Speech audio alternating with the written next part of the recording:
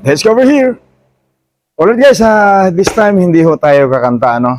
At ako'y magre-recite lamang po ng Security Guards 11 General Orders, okay? Ito talaga, kailangan talaga sana, kabisado natin itong 11 General Orders na ito, ano? So, sa mga kapwa ko security personnel, naka-duty man ngayon o hindi, okay? So, may nagsasabi kasi dyan na, kesyo, nakalimutan ko na raw yung 11 General Orders sa pinagagawa ko dun sa, at pakanta-kanta lang daw ako. So, guys, dapat kasi ganun, sa mga video kasi na napapanood natin, huwag po tayong maghusga dun sa video, okay? Ang gusto ko lang, ibig ko lang sabihin, kung ano yung dapat magkalkal tayo ng mga impormasyon, okay? Sabihin na natin, halimbawa may isang video, gwardiya, na videoan, pinalo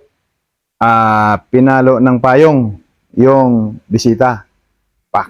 Hindi, sample lang yan. Hindi naman, sample lang yan, sample lang. Okay, na videoan ngayon. Pak. So, siyempre, ikaw, toxic ka ng SOCMED. Kita mo yung video. Uy, kukomment ka kagad, sasabihin mo, uy, walang, di ba, walang kwenta yung gwardiya, oh. Walang training yan. Biruin mo, hinampas niya ng payong yung tao. Sabihin natin yung tao, bisita o anong pa man yan. Hinampas niya ng payong. Ginas natin kaagad yung gwardiya, tapos, yun na. Kung ano-ano na sinasabi natin, in short, dinaw natin yung kalidad ng gwardiya, Ando na yung mga walang training, lahat-lahat na, okay? Pero, yung hindi natin alam, kung ano pala yung nangyari nung una. So, kasi yung na-covered kasi nung video, yung paganti na lang nung gwardiya. Okay? So,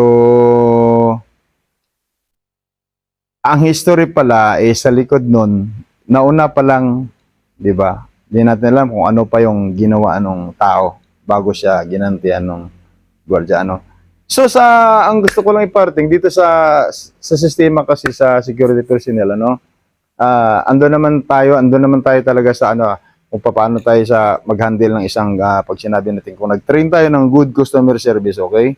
O kahit ano pa man yan, kahit mumurahin ka, lahat-lahat, hindi kasama yung sinaktan ka na. Kung sinaktan ka naman na hindi naman nakamamatay or hindi ka naman nalalagay sa delikado yung buhay mo, sistema, kaya natin i-control yan. Kumbaga, yun sinasabi na lang, tawag nun, maximum tolerance yun. Ika nga, kaya napakahirap sa trabaho namin talaga yung ng emosyon. Kaya, pag may bala kang magwardya, kung ikaw ang daming kalaban ng gwardya, sa totoo lang, yung emosyon mo, di ba? Kung mainipin ka, tapos maramdamin kang klase ng tao, hindi basta-basta yung pagiging security. Dito mo makikita kung gaano ka elastic yung pag-uugali ng isang gwardiya. Okay? Yung bugso ng mga kung ano na mga pangyayari sa paligid niya, 'di ba? Marami 'yan eh. Okay? So wag natin i-judge. So, pero given na 'yun sa amin, kumbaga tanggap na namin 'yun na yung pagiging gwardiya ay sinasabing trabahong tamad. Pero kung di nyo lang alam, lahat po isinisisi na sa amin. Sa totoo lang. Tanungan kami ng nawawalang baka. Pati mga personal nyo ng mga gamit sa amin yung tinatanong ni wala namang, di ba? So, marami na yan. Maraming yan. Kumbaga, hindi basta-basta yung pagiging gwardiya. Okay? Pag mahina ang loob mo, galitin ka, hindi ka marunong mag-handle ng mga kaso, ibig sabihin yung mga pangyayari sa paligid mo, kung ano man yan, yung emotion mo, hindi mo kayang kontrolin, di ba? Mabilis kang magalit, hindi ka po pwede rito. Kasi sa neuro pa lang babagsak ka na. Kasi, halimbawa, tatanungin ka sa neuro, magbabisa doon sa, sinagot mo doon sa papel, di ba? Interviewin ka niya ngayon. Kaya kung bali-baligtad yung mo doon, hindi ka papasa sa neuro. Okay, ganun. Kasi kukulitin ka nung doktor eh. 'Di ba? Okay, ito na. Iniinganyo ko lang, gusto ko mag ng 11 general orders pero hindi ko siya actually, 'di ba? Makakabisa. Kaya kung mag-utal-utal man ako, kasi wala naman akong binabasa eh. Okay. Kung utal-utal man ako sa mga numbers, pagpasensya niyo na. Okay? Ang gusto ko lang dito, hindi naman ako nagyayabang na kabisado ko or something na di ba? Ang gusto ko lang mangyari, iinganyuhin ko yung kapwa ko security guard na kabisaduhin natin yung 11 general orders. Okay? Although naniniwala ako na doon naman talaga napapaloob yung mga duties and responsibilities natin bilang gwardiya. Okay? So, pero ganun pa man, hindi lahat ng nakakabisa ng 11 general orders nagagampanan niya, di ba? So, baliwala, in short, baliwala yung pagkakabisa mo ng 11 general orders kung ipal ka naman sa duty mo. Okay? Andun yung balatuba ka, PTX, mahina ang initiatives, di ba? Ay yung mga sentido común, yung tinatawag. Yung pag-handle mo sa mga pangyayari sa paligid mo, yung mga bagay na kailangan mong desisyonan na without mga superior officer mo, di ba? Yung mga ganun, yung mga sentido común, kumbaga. Okay, so balik tayo sa 11 general orders, okay? Tulungan nyo na lang ako kasi hindi ko naman talaga actually kabisado ito. Wala akong binabasa. Kaya gusto ko lang makainggan nyo ng kapwa ko security personnel na dapat kabisaduhin yung 11 general orders. Okay? So kung sinipag kayo, kabisaduhin nyo na rin yung Code of Conduct, Code of Ethics kasi kailangan din yun. Di ba? Yung actually may binabato sa akin regarding sa pagbablog ko ng pagkakanta-kanta, although yayarin daw ako ng sosya. Bawal din yung ginagawa ko, naka-uniforme, tapos nakasombrero ng ball cap. So, sa akin, ewan ko lang kung anong findings nyo dito, sa mga nakakaintindihan. Sa akin kasi, ang alam ko kasi bawal yung nagpapaya ako ng tao dito. Sa mga hindi nga nakakalam, let's cover. Speaking. Okay? Kumakanta ako, ang daming nagsasabi na pakanta-kanta lang daw ako, bawal na ginagawa ko. Oo, pasok yun sa talaga. Pasok yun sa Code of Conduct. Kung sino nakakalam ng Code of Conduct, okay? So, nakakalala pala. Alam naman nila, pero yung mga nakakalimot ba? Okay? Pasok yun sa Code of Conduct na nakalagay doon na although hindi pa updated yung Code of Conduct na yun na sa naalala ko, nakalagay doon is he shall not read newspapers, books, magazine, etc. while actually performing his duty. So, yun nga, di ba? So, ang cellphone na ito, hindi pa dyan napapano, pero kasama na yun, di ba? So, he shall not read newspapers, books, magazine, etc. So, pasok siya doon sa etc. Yung cellphone na yan kasi dati, kung pa lang naman, di ba? Radyo, newspaper, okay. Pasok siya doon sa Code of Conduct. Pero, yun naman huwag kasi muna tayong mag-judge, okay? Huwag tayong mag-judge doon sa tao kasi wala akong nakikitang pagkakamali doon. Bakit? Ang sabi ng mga nagkukumit. Actually, gusto ko yung ginagawa nila, Di ako napipikon dyan, nang-good time lang ako. Okay? Kasi mas marami silang mga naninira sa akin. Mas kumakalat yung video ko na daming nanonood. Okay? So, okay lang din yan. Okay lang din. Kasi bawal ang pikon sa SOCMED kung tutusin. Hindi ka pwedeng, Pero sa akin, gumaganti man ako sa mga, bashers. Pang-good time lang yun. Diba? So, sabi ko nga, kung paano mo kinausap yung tao, ganun din siya sa'yo. Kung binastos ka niya, babastos din kita. Ganun lang yan. Okay? Saan nga ba tayo? Wag tayo mag-judge. Okay? Balik tayo dun sa 11 general orders. Okay? Nawawala na ako. Okay? Ito na. 11 general orders for security. Okay? Wala akong binabasa ha. Kaya dyan lang ako tututok sa camera para, okay, either pipikit na lang ako. Hindi ako nagyayabang. Ang gusto ko lang, iingganyo ko yung kapwa ko security personnel na kabisaduhin. Okay? Kabisaduhin ang ating 11 general orders for security. Okay? Okay, GO number 1. Pipikit ako para pero pag nautal-utal ako, nyo na lang ako ha. Okay? Sa mga kabaro ko dyan, kamusta? Ingat lang kayo dyan sa mga duties. Okay? GO number 1. To take charge of the post and all company properties in view and protect, preserve the same with utmost diligence. Okay? Ano sa Tagalog yan? Hindi, joke lang. Hindi ko rin love sa Tagalog. Okay, GO number 2. To work in a military manner during my tour of duty and keeping always on the alert and observing everything that takes place within sight or hearing. Okay? So, medyo slow moving tayo. Gawa ng hindi naman natin kabisado. Okay? Nire-recall ko lang. Okay? Ulit yung number 2.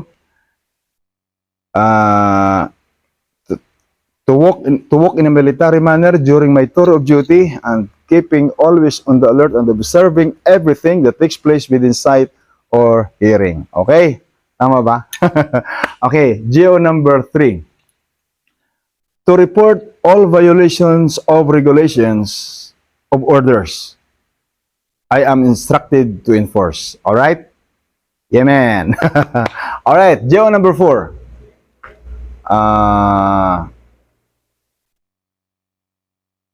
To relay all calls from post more distant from the security house where I am stationed. Tama ba? Okay. Okay, Gio, sige, ano niya lang, edit nyo na lang kung may pagkakamali ako ron, ano?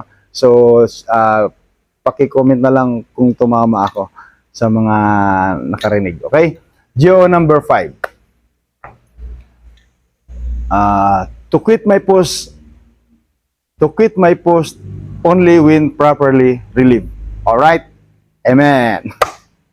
Amen. sorry. Amen. All right. GO number 6. Okay. GO number 6.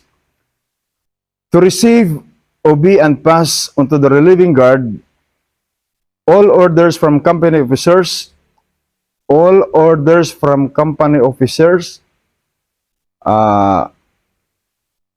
Okay. Balik tayo. Medyo nawawala ko eh. GO number 6. To receive, obey, and pass onto the relieving guard all orders from company officers, all right, one more. To receive, obey, and pass onto the relieving guard or all orders from company officers or officials, post in charge, or shift leader. Yun, okay. Pasensya na nire-recall ko pa eh. GO number na yun? Number 6? Okay. GO number 7. Alright? To talk no one except in the line of duty. Okay? Dapat ganon. Pero hindi na nasusunod. Pepe. One more. Hindi na nasusunod yun. Alam nyo kung bakit? Kailangan nating yun makipag-usap sa, alam mo na, sa mga paligid natin. Kailangan natin yun kasi nakakatulong sa atin yun. Pero with limitation. Ganon lang yan. Para sa akin kung doon sa mga nito, sa mga talagang malawak yung pag-unawa dito, ito po'y sa akin lamang na itong 11 GO number 7 na to talk no one except in the line of duty is kailangan natin na makipag-usap, okay? Sa ibang tao diyan sa pwesto mo, sa ibang pero hindi naman may limitation naman. Hindi naman kasi 'di ba nakakatulong sa atin yung mga yan Depende sa departamento na binabantayan mo, kung anong purpose mo, bakit kailangan mo makipag-usap doon sa mga nasa paligid mo. Okay? Although may limitation, pero may may purpose tayo bakit natin ginagawa yan. Okay? GO number 8. To sound the alarm or call. Okay, one more. To sound the alarm or call in case of fire or disorder. All right. Yes, man. Okay. GO number ano na ba tayo? GO number 9. Okay. Ito yung GO natin na kailangan natin pagdesisyonan. Okay? Kung wala yung superior officer natin, di ba? Pero kung nandiyan naman gamitin natin ang GO number 9. Okay? sa mga hindi na advice o di kaya mga bagay na kailangan natin tawagin pa yung mga official natin para lang pagdesisyonan mga bagay na wala sa napag-usapan or advice. Okay? Okay, GO number 9. To call the superior officer to call the superior officer in any case not covered by instruction. So, yon. Alright. Malinaw? Medyo nadilid-dilid lang tayo. Dahil wala tayong binabasa dito. At nire-recall lang natin. Okay? Hindi tayo nagyayabang ha.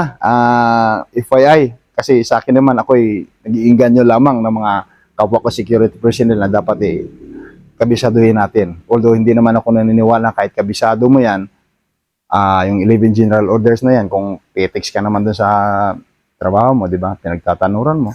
PTX ka lang, mahina ka sa... As in, kumbaga, ano ka lang, punta ka lang dyan, tapos uwi. Punta ka lang dyan, for nothing, di ba? Parang wala nangyari. So, kawawa yung kliyente natin. Binabayaran ka para gamitin yung, di ba? So, ang ginagawa mo panggugulang. Okay? So, proceed tayo. GO number 10. GO number 10, okay?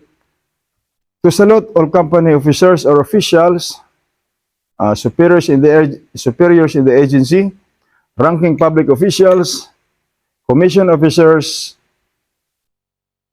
of, okay, one more time. To salute GO number, okay, one more time. GO number 10.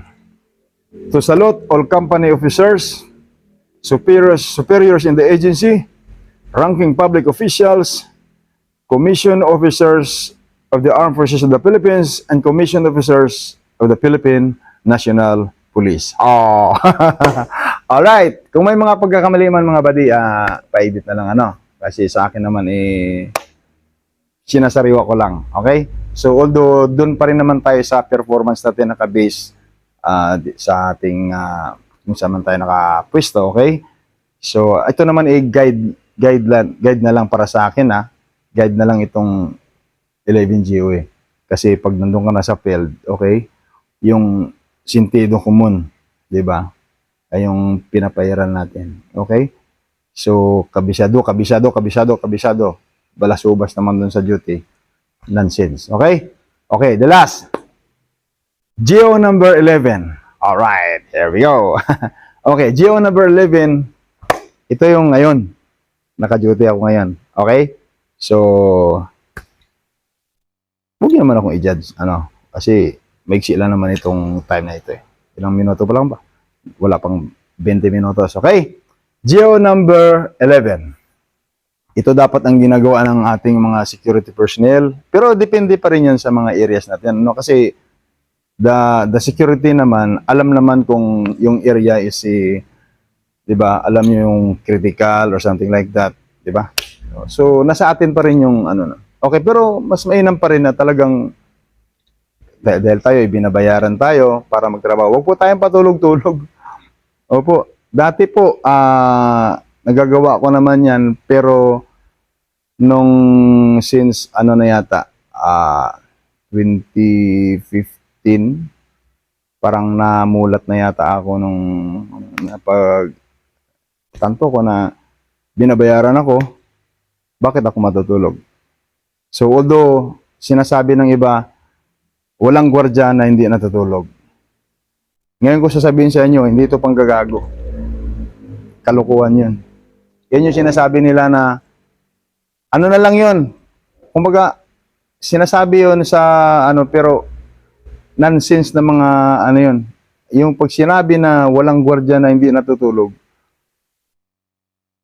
kagaguhan yun. Oo. Kasi, isipin mo na lang, tanungin mo na lang sarili mo, bakit ka nga pala hinire? Bakit ka nga pala nilagay dyan? Bakit ka binayaran? So, ang gagawin mo is matutulog ka. Diba? So, napaka, na lang yun Kung ikaw yung amo, anong gagawin mo? Kita mo yung gwardiya mo tulog. sabi nga nung inchik kwento lang din sa akin ng isang kaibigan o isang katropa, ano. Akin na kuha maganda agency, kwarta tulog. Akin na kuha kulurum agency, kwarta tulog. Dito na ako sa kulurum. Hindi, langas lang. Okay, GO number 11, proceed din tayo. GO number 11, okay. GO number 11, to be especially watchful at night during the time of challenging, to challenge all persons on or near my post, and to allow no one to pass without proper authority. Alright. Okay. So guys, doon sa mga followers ko pala sa The Discover, no? Doon sa mga kaupo ko security person. Welcome kayo dyan magdaldal mga kung ano, kung mga bad man yan. Hindi ko po iniinda yan. Kasi yung mga kalaban nyo dyan is yung mga nanonood din sa akin, yung kapwa nyo, di ba? Viewers din, ano? So, hindi tayo magkakakilala. Kaya, sabi ko nga, may pinagsabayan ako na isa, na ang dami niyang dinaldal, although, tama naman, wala daw ako sa, ano, na para magkanta-kanta na ganyan. Pero, pagtanong muna, sabi ko nga, magtanong muna kasi, di ba? Magtanong. Alam ko naman na pag nakaka-duty ka, siyempre, bawal yung, di ba? So, alam nyo na yun. Pero, sabi ko nga, tayo mga security, alam natin yung mga areas na critical at saka hindi. So, pero hindi ko pa rin ginagawang excuse yung, ano, di ba? So, kung nagtatanong lang sana, pwede nating sagutin. Ano? Kasi kagaya niyan, yung kasama ko, nandyan. Off-duty na ako. So, kakanta ako dun sa area na hindi ako nagpapalit ng uniforme. Di ba? Nag-i-stack ako kasi pag nag-record ako niyan, ganyan eh. Tag-anim na kanta. Yung anim na kanta na yun, matagal pa yun kasi paulit-ulit yan eh. Siyempre, pag pumiyok ka, di ba? Alangan naman eh. Pero kung yung, ang ano mo naman ay pagkanta mo eh, pop for comedy lang, pwede yun. Pero, siyempre, kakanta ka na lang dan, ayusin mo na. So, yung anim na yun, minsan namamaos ka na nun. Kung talagang, lalo na po yung iba, may mga matataas, di ba? So, second issue is ang pagsusot ko po ng bull cap. Walang masama dun, di ba? Ang dami-dami pa nga, tinitiran nila sa akin na ano, hindi ako ng sosya. Hindi po, mali po kayo dyan.